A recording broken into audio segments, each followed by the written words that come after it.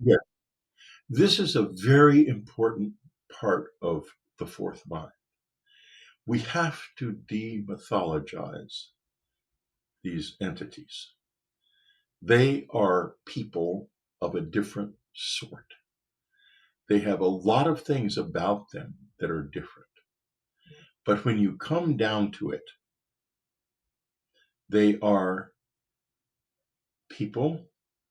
They come from some kind of a culture.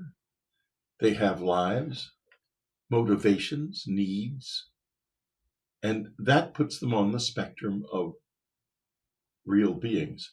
They are not gods. They are not angels. They are not demons. They don't belong to our mythology at all.